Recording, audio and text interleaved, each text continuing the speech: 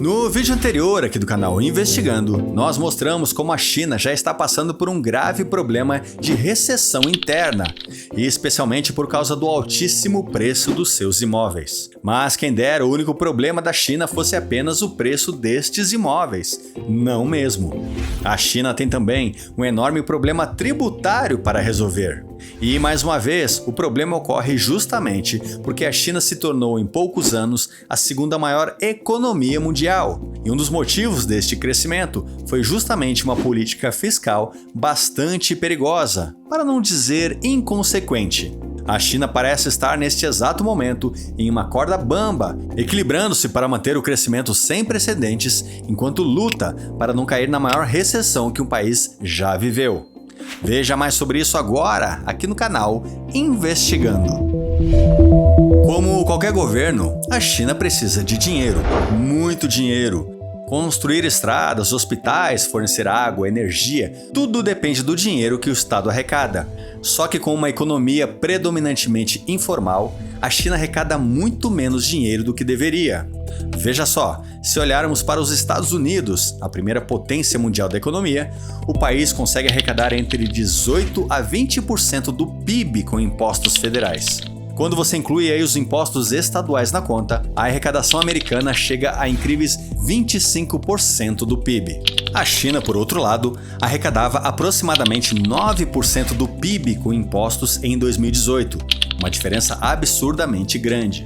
Calma, não estamos defendendo mais ou menos impostos. É certo que todos precisam pagar impostos, mas se uma pequena parte paga e uma enorme parte não paga, a conta fica injusta e desigual para todos. E o primeiro motivo disso é porque na China a maior parte da população vive do trabalho informal. Isso mesmo. A China não vem conseguindo balancear os seus altos custos públicos com a sua baixa arrecadação. Então precisamos perguntar, por que a China arrecada tão pouco dinheiro em impostos? Existe solução a curto prazo? E o que pode acontecer se a China não mudar em breve este cenário?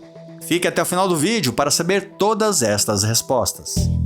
Bom, e sobre a primeira questão, ou seja, qual o motivo da China arrecadar tão pouco dinheiro com seus impostos, a resposta vem exatamente do modelo de governo adotado pelo país. A China é formada por um governo central que toma todas as suas decisões de forma centralizada, óbvio. Explicando melhor, a China possui cidades e províncias com governos locais, ok? E estes governos locais possuem atribuições bem definidas pelo governo central, beleza? A maioria dessas atribuições ou funções são executivas, basicamente para manter a estrutura básica, como a coleta de lixo, administrar a infraestrutura e manter a lei e a ordem. Olhando por alto, isso não é muito diferente dos demais países do mundo, mas é aqui que começam as diferenças, pois, na maioria dos outros países, as cidades conseguem o seu dinheiro através da arrecadação de impostos sobre empresas e sobre a propriedade, ou seja, os impostos que você paga para ter a sua casa, o seu carro e por aí vai. Além também de receber nos governos locais dinheiro arrecadado com impostos federais entregues aí pelo governo federal.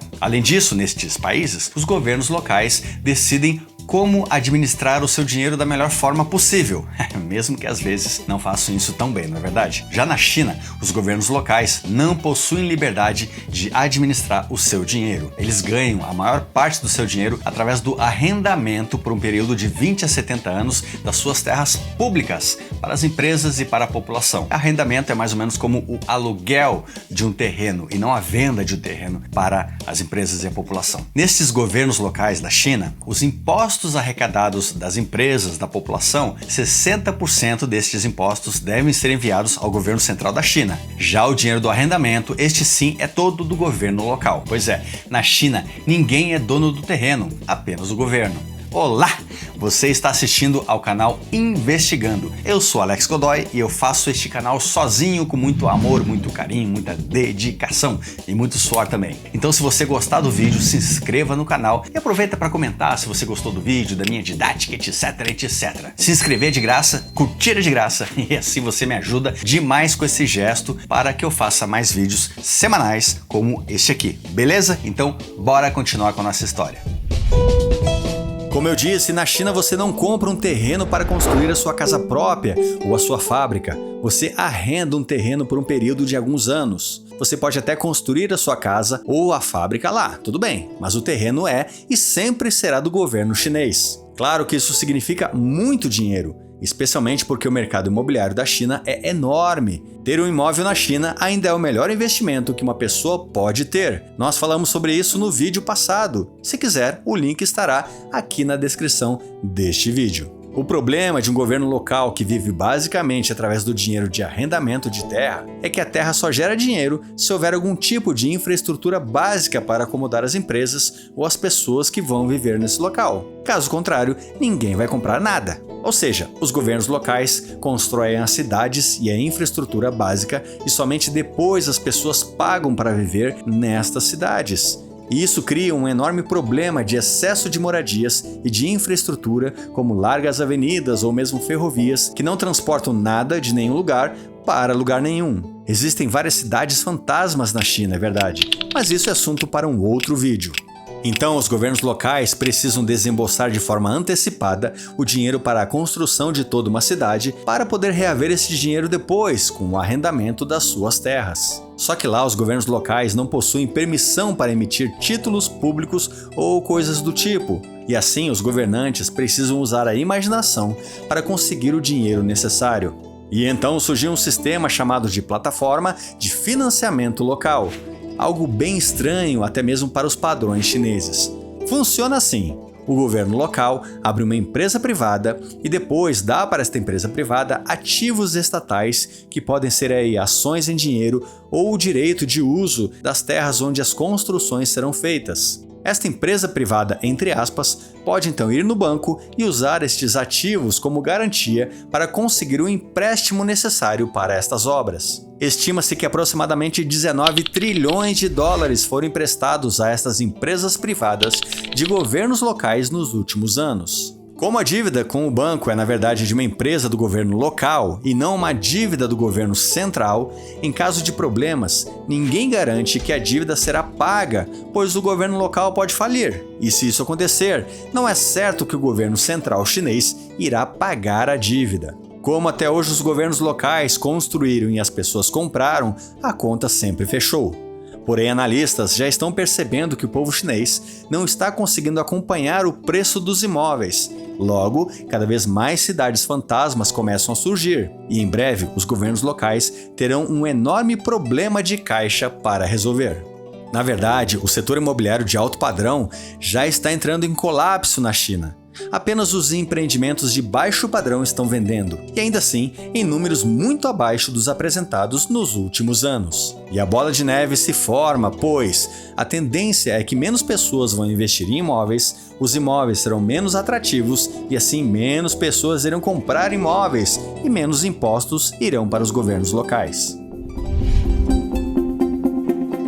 Outro problema do arrendamento de terras pelo governo é que após o período mínimo de 20 anos, as terras precisam voltar para este governo para um novo arrendamento. Até aí tudo normal. Mas e se as pessoas que moram sobre essas terras não tiverem dinheiro ou não concordarem com o preço de um novo arrendamento? O governo teria que tirar essas pessoas da terra e demolir tudo o que elas construíram ao longo dos anos. E isso seria péssimo para as famílias e muito impopular para a imagem do governo chinês. Por isso mesmo, as pessoas e o mercado imobiliário apostam na ideia de que mesmo quando os prazos de arrendamento chegarem ao fim, o governo chinês não vai exigir um novo pagamento e nem vai demolir as construções já existentes no local. Casas com arrendamento restante de 5 ou 10 anos custam exatamente o mesmo preço que casas com arrendamento restante de quase 70 anos, e com isso, todo o mercado imobiliário chinês continua extremamente caro. Então, o governo chinês precisa decidir entre deixar de receber o dinheiro vindo da renovação dos arrendamentos ou expulsar as famílias existentes no local e, com isso, lidar com a péssima imagem pública. Finalmente, outro grande problema da China é que lá quase ninguém paga os impostos como deveria. Lembra que a maioria do trabalho na China é informal? Então, segundo o jornal The Economist, em 2018, apenas 2% da população chinesa pagava impostos sobre os ganhos reais. A maioria dos chineses trabalham informalmente em pequenas lojas, feiras ou nas fazendas. E a maioria absoluta complementa a renda fazendo bicos aqui e ali e recebendo em espécie. Como o dinheiro não entra em contas bancárias, o governo chinês não tem como saber quanto um cidadão realmente ganha por mês, nem mesmo cobrar sobre isso. Mas por que o governo chinês, que é tão rigoroso com a sua população e tão preocupado com a sua imagem, deixa solto essa questão dos impostos? É muito simples, porque com regras fiscais mais frouxas, muitas empresas chinesas acabaram crescendo e movimentando a economia do país nos últimos anos. A importação e exportação, junto com a mão de obra mais barata do planeta, impulsionaram a China nos últimos anos para o segundo lugar da economia mundial. E isto só é possível porque as empresas não pagam todos os impostos. Então funciona mais ou menos assim. O país faz vista grossa para o dinheiro que deixa de arrecadar em troca de um crescimento constante da sua economia. Como a maioria trabalha na informalidade, o governo chinês não sabe informar com precisão como está a sua economia interna, não sabe quanto dinheiro sua população realmente ganha, não sabe se o país está indo em um caminho de prosperidade ou de total recessão. É fato de que a economia da China mais do que dobrou de 2010 a 2020. Nenhum outro país no mundo cresceu tanto em tão pouco tempo. Mas a pergunta que fica é até quando a China vai conseguir equilibrar a conta e honrar com as suas dívidas? E principalmente, até quando a China vai conseguir manter o crescimento interno, especialmente com o problema do mercado imobiliário, que é essencial para a manutenção do modelo de crescimento chinês, que falamos no vídeo anterior. Vídeo esse que você pode assistir clicando aqui na sua telinha, beleza? Nos vemos no próximo vídeo e muito obrigado pela sua atenção.